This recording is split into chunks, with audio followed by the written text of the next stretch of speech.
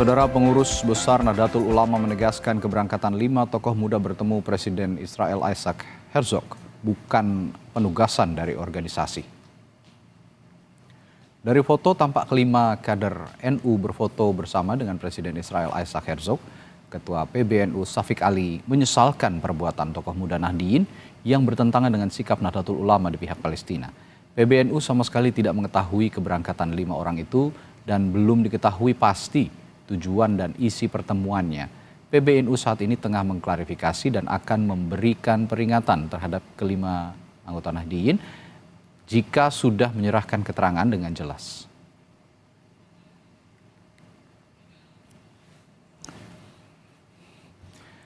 Saudara, publik dihebohkan dengan foto pertemuan tokoh NU dengan Presiden Israel Isaac Herzog. PBNU menegaskan hal itu bukan penugasan organisasi. Lalu bagaimana bisa mereka bertemu Presiden Israel apalagi Republik Indonesia tidak punya hubungan diplomatik dengan Israel? Lalu apa juga maksud pertemuan itu? Kami akan bahas dengan Sekretaris Jenderal PBNU Saifullah Yusuf atau akrab disapa dengan Gus Ipul. Assalamualaikum Gus Ipul, selamat pagi. Waalaikumsalam, selamat pagi Mas. Gus, saya tanya langsung respon dari pertemuan kemarin tokoh NU dari PBNU sendiri. Apa yang sudah diperbuat oleh PBNU saat ini sejauh ini, Gus? Ya, hari ini rencananya Ketua Umum akan bertemu secara langsung. Baik pimpinan badan otonom lembaga yang mana mereka yang berangkat itu tercatat sebagai pengurus.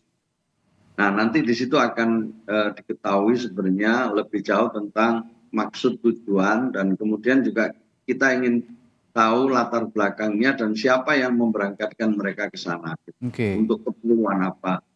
Nah, nanti siang lah insya Allah nanti udah ada kabar, mudah-mudahan nanti ada rilis secara resmi yang disampaikan oleh Ketua Umum. Tapi memang benar-benar tidak diketahui ya Gus ya, keberangkatan 5 tokoh muda NU ini ya ke Israel?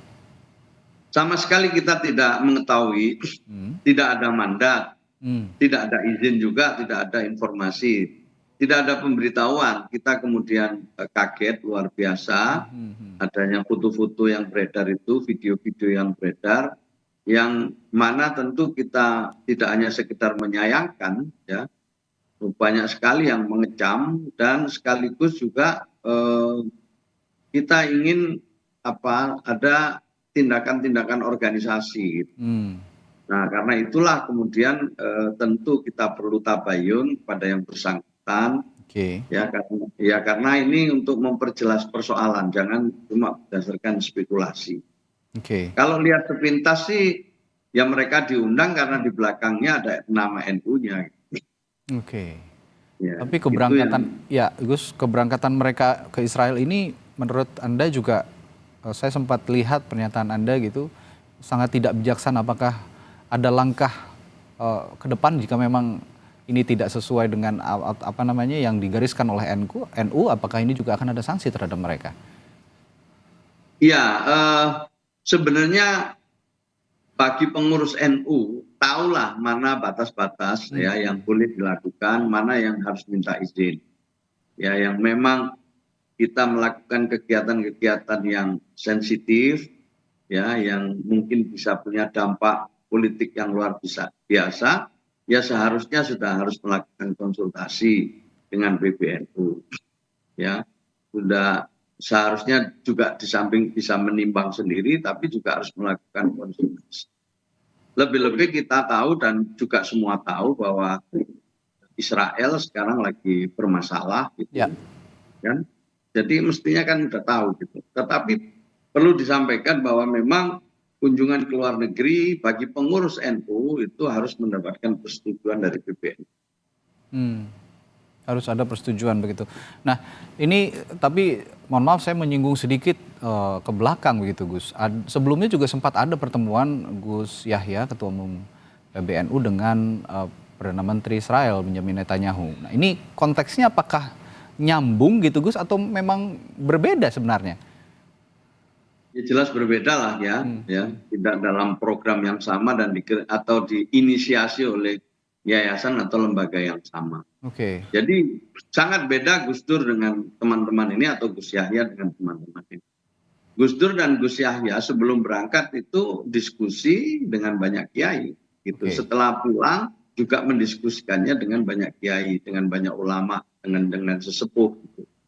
Gus Yahya juga begitu, dan beliau berdua berkunjung pada waktu itu tidak dalam kondisi yang yang Panas begitu ya? seperti sekarang ini, ya, yang melukai hati kita semua Betul. gitu. Jadi beda sekali gitu. Jadi ini Oke. yang kita sesalkan, ini yang kita tidak habis pikir, ya. Tidak ada hujan, tidak ada angin, tiba-tiba langsung kejadian seperti ini. Oke. Ya, sekali lagi kalau ini disamakan dengan Gus Dur sama Gus Yahya jelas beda sama Bagus, sekali, berbeda ya. beda, beda momennya, beda konteksnya, Tapi beda jika, sekali. ya begini Gus, jika nanti dalam upaya klarifikasi begitu kita tadi Gus Ipul kan mengatakan kita harus juga tetap tabayun begitu kepada mereka. Tapi kalau memang mereka ternyata upaya ke sana itu dalam upaya untuk ya meredam konflik di sana antara Israel dan Palestina, terutama untuk meminta Israel untuk menghentikan agresinya terhadap Palestina, apa yang akan diambil sikap oleh Nahdlatul Ulama sejauh ini?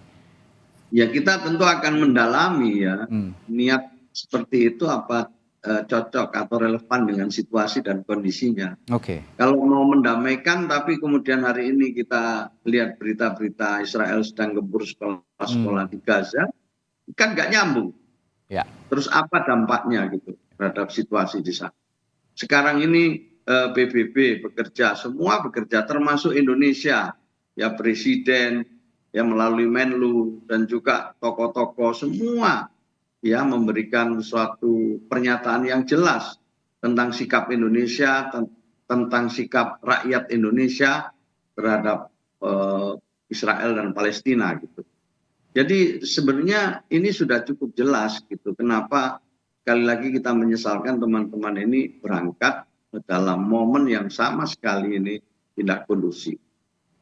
Sehingga menimbulkan tafsir, menimbulkan kecaman yang nyata, dan macam-macam yang mana kita yang di PBNU harus menjawab sesuatu yang kita belum tahu sepenuhnya.